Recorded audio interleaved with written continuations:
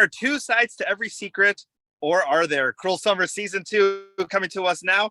Sadie, Stanley, and Lexi Underwood here to chat all about it. Thank you so much for your time today. Yeah, thank you. Thank you.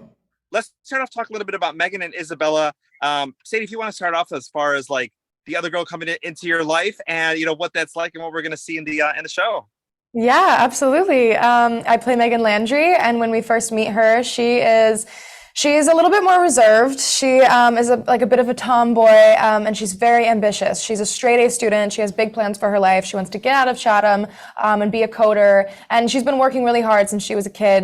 She has a single mom, so she's been helping to pay the bills and take care of her younger sister. She's kind of like a little mini adult, but in other ways she is a little bit stunted. So when Isabella comes in to town, Isabella is everything that Megan does not like and doesn't feel like she can do.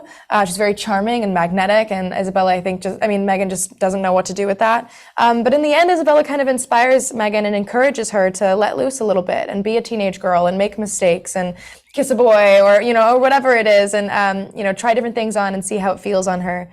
And then in that third timeline, the girls are worlds apart again, and we see a much different, much darker Megan, and that's due to the crazy mystery that unfolds throughout the show.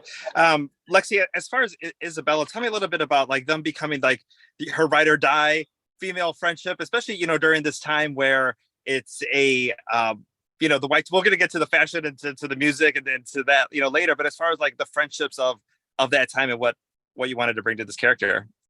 Yeah, Isabella, when she first comes into Chatham, I think that the whole motivation and drive that led her there was wanting to have that sort of all-American high school experience that she's seen in films. She's seen, like the sisterhood, that female friendship already portrayed on screen. And so she kind of came into Chatham with the expectations that she was going to have that experience herself. She comes in, she's very charming, she's very alluring, she's very confident. She knows what she wants, and she is not backing down until she gets it. And so when she sees Megan and she sees, this potential space for a friendship, but Megan is kind of shutting her out, we see Isabella becoming very persistent. And as that friendship continues to blossom, it's really beautiful because it's kind of the first time where Isabella has felt as though she's able to just really let down her guard, let down that mask that she's kind of put on of that charming, put together girl, and just be a normal teenager. Let's talk a little bit about Jessica Biel, executive producer of the show, because this was the time where she was really thriving. She, her career was really taking off. What does she tell you as far as like making sure you get these certain points of that time period? Because the clothing was different, the music was different, and the technology that we used was different at that time. Yes. Jessica Biel is obviously a Y2K icon. I mean, it's incredible. So she was super integral in that part of the process of making sure everything felt really authentic and nostalgic, and we got the style right. Like, she was very involved in that way. I think we had a lot of fun tapping into the Y2K aspect of it all. The fashion was super fun for us. We had a great time in the wardrobe department, picking out different clothes. We wanted to bring it all home with us. And then music was a huge thing for us too. We were making playlists and playing throwback music from the late 90s and early 2000s. Yeah, every day on set in the green room while we're waiting to film. We love everything Y2K, and I think it's definitely coming back right now, all of those trends. So it's perfect. It's funny because when we'd go to like a wedding or something, and my parents would lose their minds when a certain song would come on, and you're like, that's not like popular anymore. Like, that's not my song. But like Livin' La Vida Loca, especially like if you were in that time period, that was like your song. I mean, you loved it. You listened to it on repeat. What was it like filming that scene with that song, on repeat, and maybe seeing some of the older people kind of like, oh yeah, this is awesome, and everyone else is like, has to kind of get into that mindset. Yeah, that song gives me nightmares. We shot that scene like one too many times, and then we had to re-sing it in ADR. So I know all the words to "Livin' La Vida Loca," not by choice, against my will. But